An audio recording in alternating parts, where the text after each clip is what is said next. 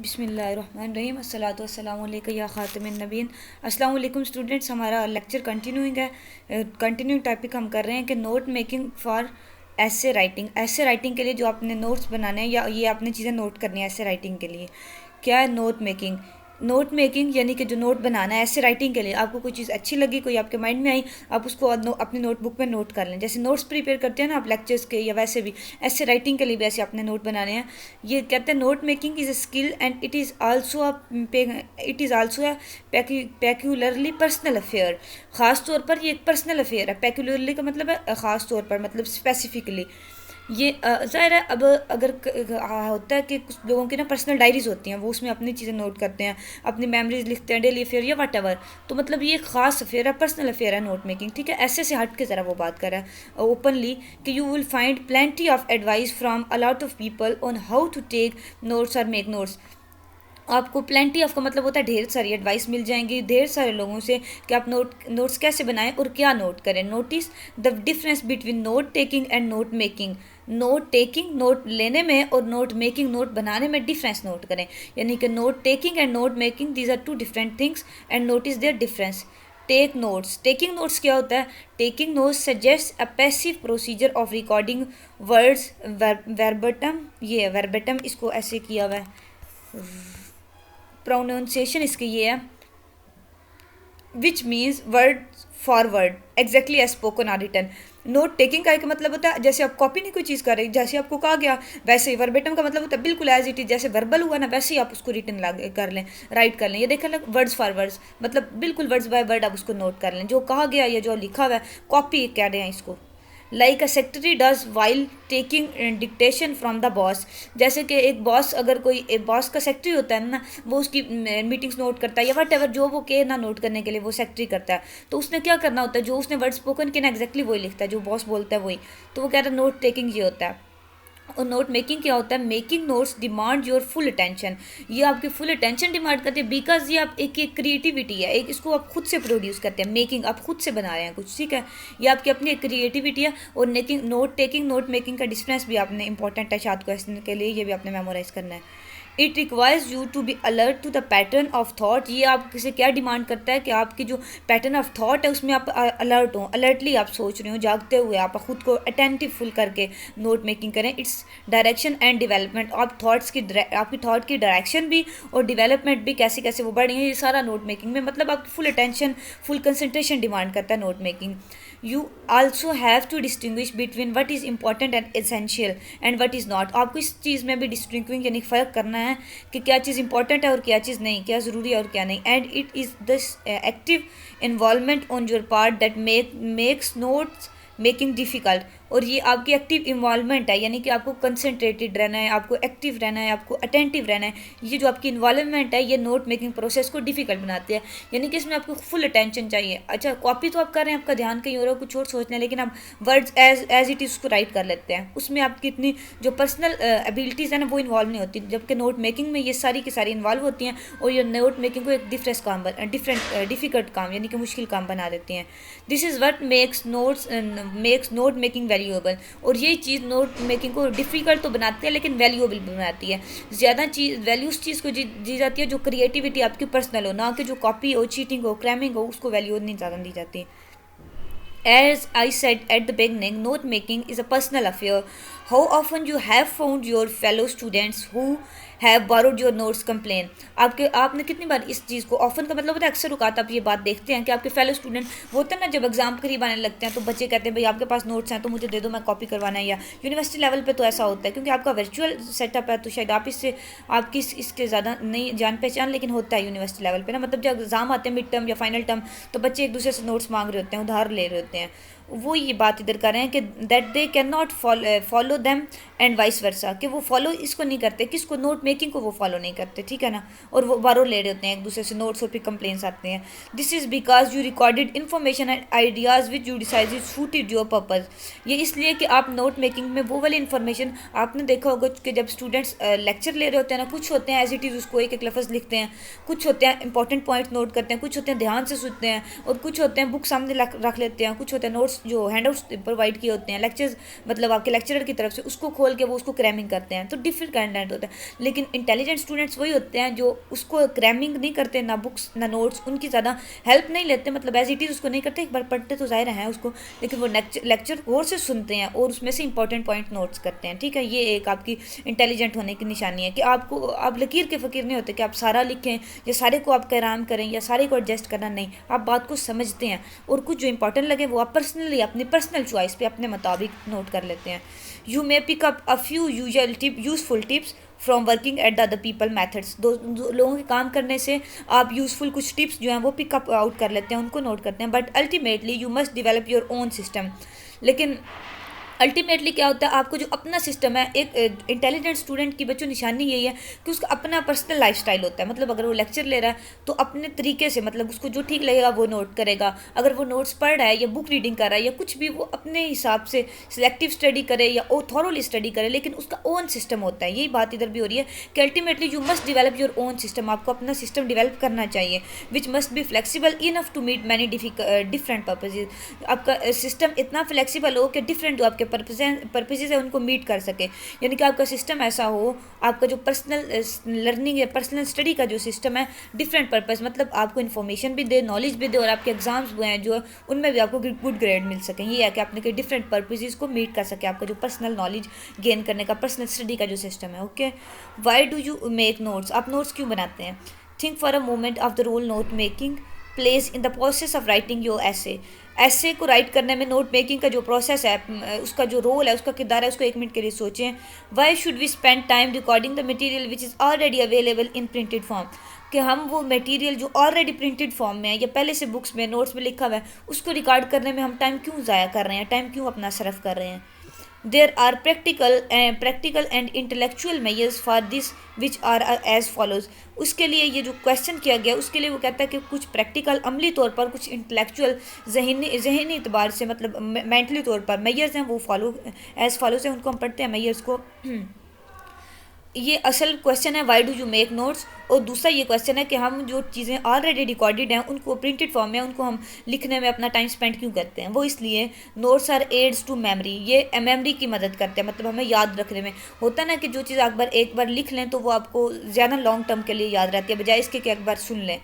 तो मेमोरी की एड करते हैं। If you are reading for writing a long essay, अगर आप एक लॉन्ग ऐसे लिखने के लिए रीड कर रहे हैं, मतलब आप उसके लिए मटेरियल गैदर करें, न्यूज़पेपर पढ़ते हैं, आर्टिकल्स पढ़ते हैं, बुक्स पढ़ते हैं, हैंडल्स पढ़ते हैं, किस लिए कि आपने लॉन्ग ऐसे लिखना है, then you must have some system of sorting and recalling information you will need when you finally come to writing the essay. तो ऐसा होगा कि आप ढेर सारी चीज़ें पढ़ते हैं जो मैंने आपको जिक्र किया, आर्टिकल्स, न्यूज़पेपर, वट एवर वगैरह वगैरह। तो आपने जब ऐसे राइट करना शुरू करना है तो अब इतनी सारी चीज़ों में से आप पढ़े होंगी, तो डेफिनेटली एक रिपोर्ट तो अपने ही है, अल्टीमेटली है तो एक ह्यूमन बीइंग है ना, तो आपका सारा कुछ एक बार एज इट इज़ याद तो नहीं रहेगा ना। आप नोट्स बनाने, नोट्स में आप क्या करेंगे, हिंट्स लिखेंगे ना, मतलब अगर कोई लंबी बात है आप उसकी 1 2 4 लफ्ज़ों में, जैसे हमने आउटलाइंस पढ़ी, ऐसे हिंट लिख लेंगे। आप जब वो हिंट पढ़ेंगे ना, वो रिकॉलिंग, मतलब some system of sorting and recalling information, कि एक ऐसा सिस्टम होगा। वो सिस्टम यही ना कि आप हिंट्स बना लें, आप पॉइंट आउट कर लें, आप नोट्स बना लें, कि वो आप 2 4 लफ्ज़ देख के आपको सारी इन्फॉर्मेशन रिकॉल हो जाएगी, सारा कुछ याद आ रहेगा, और फिर फाइनली आप अपने ऐसे में लिख सकेंगे उसकी डिटेल। समझ रहे हैं ना बात को? पहला ये पर्पज़ हो गया इसका। दूसरा, your notes are the raw material on which you will work, facts, figures, direct quotations will quickly be available. कि आपके लिए एक रॉ मटेरियल है, मतलब आप ऐसे लिख रहे हैं ना, तो अब आपको सम टाइम, बल्कि ऑफन टाइम ऐसे होता है मेरे ख्याल में तो, कि आपका बहुत सारे आइडियाज़ होते हैं, लेकिन जब आप लिखने बैठते हैं बिल्कुल ब्लाइंड हो जाते हैं, ब्लाइंड माइंड हो जाता है, आपका कुछ भी उस वक्त माइंड में नहीं आता कि शुरू कहाँ से करें, अंदर क्या लिखें, वट एवर। तो ऐसा है कि अगर आपने नोट्स बनाए होंगे तो आपके पास रॉ मटेरियल, खाम माल होगा, मतलब आप उसको देख के, उसके हिंट्स देख के आप अपने काम कर सकेंगे, उसमें से फैक्ट्स, फिगर और कोटेशंस वगैरह सारा कुछ आपको क्विकली अवेलेबल हो जाएगा आपके नोट्स में से, अगर आपने वो नोट्स बनाए होंगे तो। मेकिंग नोट्स के लिए ज़रिए, टेकिंग नहीं है, देखिए मेकिंग की आपको बता रहे हैं सारी खूबियाँ। अगर थर्ड पे है the process of note making forces you to, किस चीज़ पे आपको फोर्स करता है नोट मेकिंग का जो प्रोसेस है, समराइज आइडियाज़ एंड आर्गूमेंट्स, कि आप अपने आइडियाज़, अपने ख्यालात, अपने आर्गूमेंट्स, अपने दलाइल जो हैं उनको समराइज़ कर लें, यानी कि उनको शॉर्ट फॉर्म में लिख लें। Select points relevant to your purposes, आपके पर्पज़ से जो रेलिवेंट है उससे मिलते जुलते जो पॉइंट्स हैं उनको आप सेलेक्ट करें। Understand and interpret the original source, कि ओरिजिनल जो सोर्स है आपका, आप यानी कि जिससे आप ले रहे हैं, अगर आप न्यूज़पेपर से ले रहे हैं या जिस ओरिजिनल सोर्स से आप उसको बारो कर रहे हैं मटेरियल को, उसको आप समझें और उसको इंटरप्रेट करें। मतलब ये होगा कि आप उसको एज इट इज़ ना लिखें। जो आप नोट मेकिंग कर रहे हैं ना, वो एज इट इज़ तो डेफिनेटली होती भी नहीं, हमने ऊपर पढ़ा। वो ऐसे होता है कि आपके माइंड के मुताबिक जो चीज़ आपको इंपॉर्टेंट लगे और जो पॉइंट आपको जिस वे में आप उसको इंटरप्रेट करें, यानी कि एक बात ऐसे लिखी हुई है, आप उसको जिस वे में खुद अंडरस्टैंड करें, जिस वे में उसका तर्जमा करें, वैसे आप नोट मेकिंग में करेंगे ना। तो ओरिजिनल सोर्स से एक इंटरप्रेट और अंडरस्टैंडिंग का जो मेथड है वो भी नोट मेकिंग के जरिए आपको अवेल होता है। Continuously clarify and adjust your perception of your essay topic in the light of your increasing understanding of the material, कि आपका जो ऐसे का मटेरियल है उसकी रोशनी में आपको अंडरस्टैंड करने में, आपकी जो अंडरस्टैंडिंग है उसको ज़्यादा करने में आपकी मदद करता है, आपको क्लेरिफाई ज़्यादा और एडजस्ट करता है आपकी परसेप्शन। परसेप्शन का मतलब होता है आपके जो ख्यालात हैं, तसव्वुर है, जो आपकी थिंकिंग है, किस्म के आइडियाज़ डेवलप हो रहे हैं, जो आप परसीव कर रहे हैं, मतलब जो गेन कर रहे हैं, वो उसको एडजस्ट और क्लेरिफाई करने में आपकी मदद करते हैं नोट मेकिंग। डेफिनेटली वो आपको उसको अंडरस्टैंड करना है तभी नोट मेकिंग करना है। ये चारों पॉइंट्स भी आपने याद करने हैं, ठीक है। हाईलाइट नहीं मैं कर ली, लेकिन आपको मैं साथ साथ बता रही हूँ कि आपने ये याद करने हैं।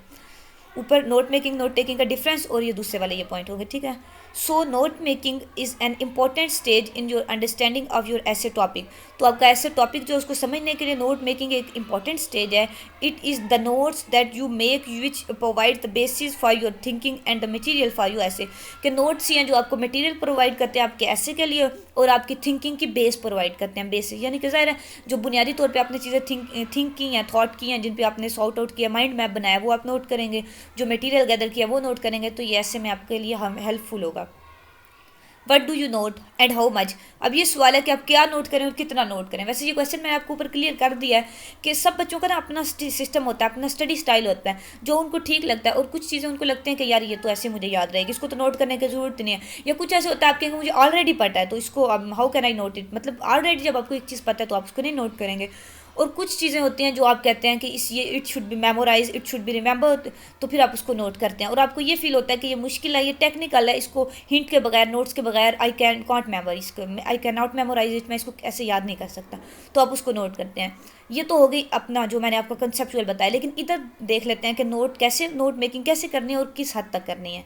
अच्छा, इधर लिखा हुआ है कि the content and volume of your notes are governed by 3 things, कि आपका वॉल्यूम और कंटेंट्स, जो आपके वॉल्यूम का मतलब होता है हुजम और कंटेंट का मतलब होता है मटेरियल, मवाद जो आपने नोट मेकिंग में कर रहे हैं, वो 3 चीज़ों के लिए गवर्न होता है। ये 3 चीज़ों को हम हाईलाइट भी कर लेते हैं, ऊपर तो हमने नहीं किया लेकिन वो भी मैं बता रही हूँ है हाईलाइटेड ही, वो भी आपने मेमोराइज करना है और इसको हम हाईलाइट कर लेते हैं, ठीक है। 3 चीज़ें, पहली चीज़ है द राइटर्स इंटेंशंस, यानी कि राइटर की इंटेंशन। इंटेंशन का मतलब आपको पता है नीयत, कि राइटर की नीयत क्या है, मतलब वो किस टाइप से, किस ज़रिए से लिखना चाह रहा है, वो उस नीयत के तहत ज़ाहिर नोट करेगा। You have to shift the information and ideas being presented by the writer to meet your own specific intention, कि जो राइटर ने जो चीज़ें प्रेजेंट की हुई हैं आप उसको अपने इंटेंशन के मुताबिक, अपने नीड के मुताबिक नोट करेंगे, आप उसको उस फॉर्म में कन्वर्ट करेंगे, ज़ाहिर शिफ्ट करेंगे ना आप। अगर उसने किसी और वे में दी हुई है लेकिन आपका जो स्टाइल है स्पेसिफिकली जैसे आपने टाइप करना है, आपने अपने वर्डिंग में अपने आपको मटेरियल जैसा चाहिए आप उसको उस तरफ शिफ्ट करके, उस शॉर्ट में, उस फॉर्म में शिफ्ट करके अपने नोट्स को आप बनाएंगे, ठीक है। The discipline subject in which you are working, आपका अगर फॉर एग्जांपल आपका सब्जेक्ट है इंग्लिश लिटरेचर पे आप लिख रहे हैं, लेकिन आप पढ़ के आ रहे हैं, आप पढ़ रहे हैं कॉमेडी वगैरह पढ़ रहे हैं, शेक्सपियर की कॉमेडी वगैरह या कुछ उसके प्रोज या पोइम्स पढ़ रहे हैं, लेकिन आपने बात तो लिटरेचर की रहते हुए करनी है ना, आपने अपने सब्जेक्ट और डिसिप्लिन में रहना है। अगर आप कॉमेडी पढ़ रहे हैं आपने उसको लिटरेचर के पॉइंट ऑफ व्यू से देखना है कि शेक्सपियर जो है वो उसका लिटरेचर में नाम है या वट एवर, मतलब उसको आप अपने पॉइंट ऑफ व्यू से, अपने डिसिप्लिन से, अपनी एनक से देखेंगे, ना कि आप कॉमेडी की एनक लगा लेंगे। अगर आप कॉमेडी पढ़ रहे हैं, आपका जब सब्जेक्ट लिटरेचर है तो आप उसी तरीके से अपने सब्जेक्ट में रहते हुए वर्क करेंगे, ठीक है ना। If you are working on a literary or historical topic, वही बात आगे जो मैंने आपको समझा दी है, you may need to include many direct quotations, यानी कि अगर आप हिस्टोरिकल या एक किसी लिटरेरी टॉपिक पे अगर आप कर रहे हैं वर्क, तो आपको क्या ज़रूरत है, बहुत से डायरेक्ट कोटेशन लिखने की, कि you must copy them with great accuracy. Copy quotation बच्चों याद रखना ऑलवेज कॉपी होते हैं, क्योंकि ये एक चीज़ होती है किसी का कॉल जिसे कहते हैं ना, वो होता है। मतलब आप उसको लिखते हैं एज इट इज़, उसको अंडर इन्वर्टेड कॉमास में लिखते हैं और नीचे उसका नाम भी लिखते हैं जिसका वो कोटेशन होता है, ठीक है। इसलिए वो ग्रेट एक्यूरेसी से कॉपी होता है, मतलब जैसे उसने कहा एज इट इज़ उसको आपने ले लिया। नोट मेकिंग हो या टेकिंग हो, जो कोटेशन होते हैं वो ऑलवेज कॉपी होते हैं। Your own purpose in relation to your essay topic. आपका ऐसे लिखने का अपना जो पर्पज़ है, आपका पर्पज़ क्या है, यानी कि आप इंटरटेनमेंट के लिए लिख रहे हैं, अगेन वही आप एग्ज़ाम क्लियर करने के लिए लिख रहे हैं, या अपने पर्पज़ को आपने माइंड में रखते हुए नोट्स बनाने हैं, ठीक है। Do not take down everything that is just not possible, you would be wasting your time. वही बात कि आप हर चीज़ को ग्रैस्प करने की, हर चीज़ को एडजस्ट करने की, हर चीज़ को डाइजेस्ट करने की कोशिश ना करें, क्योंकि ऐसा आप कर भी नहीं सकते और ना ये पॉसिबल है और ना आपको इसकी ज़रूरत है। तो ऐसा करके अपना टाइम वेस्ट ना करें, ठीक है ना। Your notes will be more useful if they are shaped from the beginning to suit the demands of your essay topic। कि आपके नोट्स ज़्यादा यूज़फुल होंगे, ज़्यादा आपके लिए फ़ायदेमंद होंगे अगर वो आपके ऐसे की टॉपिक्स की जो डिमांड है वो फुलफ़िल कर रहे हैं, ठीक है। How do you take notes. अब आप नोट्स कैसे लेने, ये हो गया आपने नोट्स क्यों लेने हैं। वाई का ऊपर जो हमने 2 क्वेश्चन पढ़े थे, how much, how and why, तो वाई का हमने आंसर दे दिया। अब हाउ के नोट्स कैसे लेने हैं और कितने लेने हैं उसका हम आंसर देने लगे हैं कि your notes will develop their own format depending on your purpose and on the nature of the source. कि आपके नोट्स लेना उस नेचर पे डिपेंड करता है जो आप फॉर्मेट या जो पर्पस चूज़ कर रहे हैं। यानी कि अगर एक ह्यूज वॉल्यूम की आपके पास बुक है, बड़ा एक बहुत ज़्यादा मवाद है, तो डेफिनेटली उसमें से नोट्स आपने ज़्यादा लेने हैं, आपको ज़्यादा लिखना पड़ेगा ना, ज़्यादा एक्यूरेसी के साथ। जबकि अगर आप एक आर्टिकल पढ़े ऐसे ही आम सा या न्यूज़पेपर पढ़े हैं, उसमें से आपको थोड़ा लिखना पड़ेगा। तो ये आपका फॉर्मेट पर डिपेंड करता है और आपके पर्पज़ पे, मतलब आप किस पर्पज़ के लिए लिख रहे हैं। ये नोट जो how do you take notes, ये इन 2 चीज़ों पर डिपेंड करता है।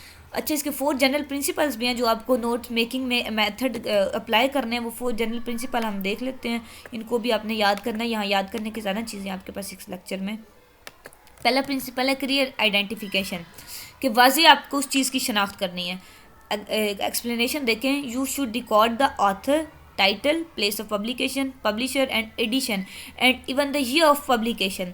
कि आप जिससे ले रहे हैं, नोट मेक कर रहे हैं, जिस बुक से, जिस आर्टिकल से, या किसी की भी क्रिएशन है, बुक है, आर्टिकल है, न्यूज़पेपर है, कोई वेबसाइट है, उसकी आपको ये सारी चीज़ें नोट कर लेनी है। ऑथर जिसने वो लिखा, उसका टाइटल बुक का या आर्टिकल का वट, उसकी प्लेस ऑफ पब्लिकेशन, ये सारी चीज़ें ना लिखी होती हैं बुक्स पे भी और आर्टिकल्स पे भी, हर जगह मेंशन होती हैं। इसकी खास जगह होती है, वहाँ आपको इनको देखना पड़ता है, ठीक है।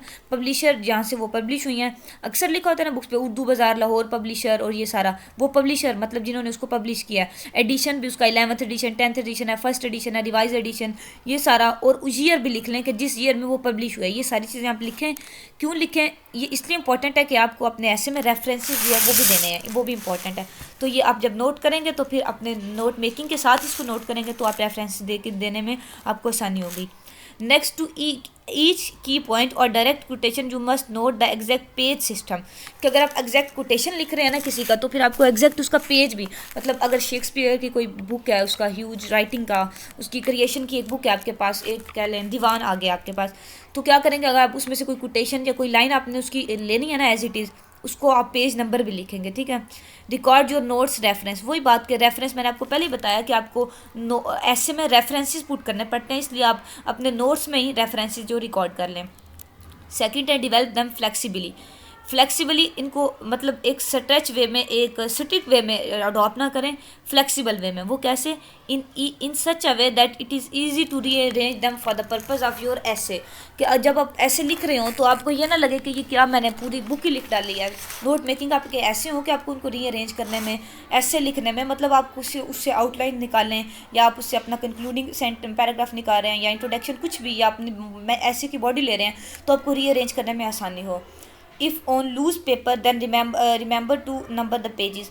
और अगर आप लूज़ पेपर पर, मतलब कभी बास्ट टाइम कुछ बच्चों की ऐसी आदत होती है कि जो चीज़ सामने आई ना उस पर नोट कर लिया, मतलब अगर वो न्यूज़पेपर से देख रहे हैं ना नोट्स अपना हेल्प, तो जो चीज़ सामने आई, अगर कुछ भी नहीं है सामने ना, वो कबाज का हाथों पे नोट कर लेते हैं, या कभी कैसे कैसे, मतलब अगर आप ऐसे रैंडमली नोट कर रहे हैं लूज़ पेपर्स पे, कभी पेपर पे, कभी की बुक पे, कभी नोटबुक पे, कभी कुछ जो जिनके पास पर्सनल डायरी होते हैं नोट्स के लिए, वो तो बहुत अच्छी बात है ना।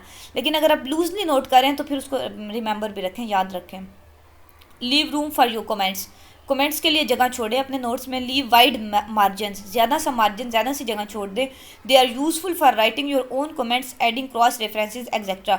यानी कि बाजू काट ऐसा होता है जब आप नोट्स रीअरेंज कर रहे होते हैं तो बहुत सी चीज़ें आपको उस वक्त रिकॉल हो रही होती हैं कि यार ये भी इसमें बात आ सकती है, ये भी मुझे पता थी, ये आपके अपने कमेंट्स क्रॉस रेफरेंस सारे, इसके लिए आप पहले से ही जगह छोड़ देना तो ताकि आपको दोबारा उसको पुट करने में आसानी हो।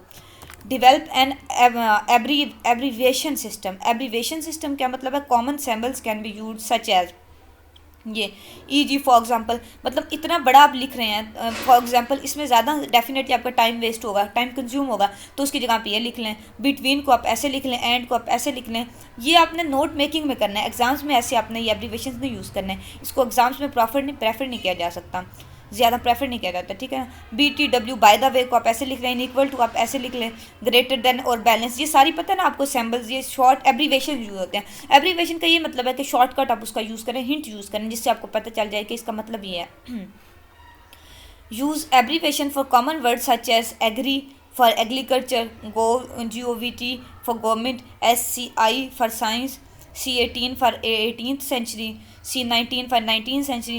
Abbreviation names that recur frequently, Q for Qaid-e-Azam, etc. Be careful not to create so many symbols and abbreviation that will create confusion for you. मतलब आप लिख रहे हैं ना Qaid-e-Azam बोर इन कराची, तो आप लिख रहे हैं QA और फिर आगे B और K लिख दें। अब QABK से आपको समझ तो नहीं आएगी, अपनी तरफ से आप ओवर स्मार्ट भी नहीं बल्कि लूज़र ही बन रहे होंगे ना जब आप इस तरह के एब्रीवेशन देंगे कि QABA। तो अब आपने लिखना Quaid e Azam was born in Karachi, अब QA लिख लें, कायद-ए-आज़म लिख लें, ठीक है, बोर्न पूरा ज़ाहिर लिखें, कराची का KAR लिख लें, अगर आपने ज़्यादा भी शॉर्ट एब्रीवेट करना है उसको, लेकिन इतना भी शॉर्ट ना करें ना। वही बात जो मैंने आपको बताई कि QABA से तो आपको समझ बिल्कुल नहीं आएगी ना। आपको होता है टाइम, मतलब फॉर शॉर्ट टाइम हो सकता है आपको याद रहे, लेकिन फॉर लॉन्ग पर्पज़ तो आपको डेफिनेटली कन्फ्यूजन होगी ना, आपको नहीं समझ आएगी। तो इसलिए ऐसे ब्लेंडर ना करें जिससे आपको कन्फ्यूजन हो, एब्रीविएशन यूज़ करें लेकिन तरीके के साथ जो आपको याद रहें और जो आपको आती हों। नेक्स्ट देखें, the techniques of outlining and note making are related but our method you use for keeping notes. के टेक्निक्स जो है आउटलाइनिंग की और नोट मेकिंग की, ये दोनों एक दूसरे से मिलती हैं। आप जो सा भी मेथड नोट टेकिंग का चूज़ कर रहे हो, ठीक है, कि ये दो टेक्निक जो है एक दूसरे से इंटरलिंक करती हैं। Their form should clearly show the relative importance of ideas and their relationship. इसलिए आपको जो आइडियाज़ और रिलेशनशिप अपने आउटलाइंस में नोट कर रहे हैं, आप अपने नोट्स में कर रहे हैं या आउटलाइन में उनको प्रेजेंट कर रहे हैं, उनको क्लियरली शो करें। And outline with its indentation and numbering system help you visualize the way each idea is related to the other. कि आपकी आउटलाइंस, ये हमने आगे भी ऊपर आउटलाइन में भी पढ़ा था कि एक आउटलाइन लिख के दूसरी लिख के आप उनमें एक लिंक पैदा करें, एक रिलेशन पैदा करें, एक उनका आइडेंटिटेशन पैदा करें, यानी कि ऐसे फील हो पढ़ने वाले को कि ये एक ही ऐसे के पार्ट्स हैं, मतलब एक ही चीज़ के ये सारे पार्ट्स हैं, ना कि ऐसे लग रहा हो कि ये अलहदा टुकड़ा, ये अलहदा है, ये कहीं से आ गया, ये कहीं पंजाब से, ये सरहद से आ गया, और ऐसे ना हो, पता चल रहा हो कि एक ही ऐसे के पार्ट है। समझ रहे हैं ना बात आप? प्रैक्टिस देखते हैं। Read the following passage, then read the 2 sets of notes and compare them. Passage भी लिखा हुआ है हमारे पास और नोट्स भी नीचे दिए हुए हैं, इसके पैसेज में से जो उन्होंने लिए हुए इनको हमने कंपेयर करना है। पैसेज देखते हैं। In this discussion of art history यानी कि फ़न की जो हिस्ट्री है उसके डिस्कशन में we give special emphasis to 3 basic factors. हमें 3 बुनियादी फैक्टर्स पे ज़्यादा जोर देना है। First, the background, the religious, social and economic conditions that make art possible in any period. कि ये सारी कंडीशंस हैं जिन्होंने आर्ट को, फ़न को पॉसिबल बनाया किसी भी पीरियड में। सेकंड नंबर पे द फॉरग्राउंड, पहले हमने बैकग्राउंड पे तवज्जो देनी है, दूसरे पे फॉरग्राउंड पे। The work of art itself, it's style and it's variation from other styles. समझ रहे हैं ना बात? थर्ड पे किसको? The contribution of the individual artist reveals his inspiration and the extent of his gift. कि पहले पे आपने इस चीज़ को तवज्जो देनी है कि इसकी कंडीशंस ये वो वगैरह वगैरह क्या है। दूसरे पे फॉरग्राउंड पे कि आर्ट इस सेल्फ क्या, उसका स्टाइल, उसकी वेरिएशन, जो स्टाइल्स की फॉन्ट्स हैं और सारा कुछ। और थर्ड पे आपने इस चीज़ को कंट्रीब्यूट करना है कि इंडिविजुअल ने, मतलब उसको कैसे रिवील किया, आर्टिस्ट ने उसको कैसे आश्कार किया। अच्छा, ये आर्ट हिस्ट्री की उसने बात की, 3 पॉइंट्स उसने डिटेल से बता दे, ठीक है। ये हम पढ़ रहे हैं कोई बुक से या आर्टिकल से या इन्फॉर्मेशन कर रहे हैं, ये नोट्स नहीं, हमारे नोट्स हम नीचे पढ़ेंगे। आगे देखें, there are 2 wrong ideas we must guard against. कि 2 गलत आइडिया हैं जिसके अगेंस्ट हमें खड़ा होना चाहिए। First, art history is not a development from primitive beginning in the past to final perfection in your own period.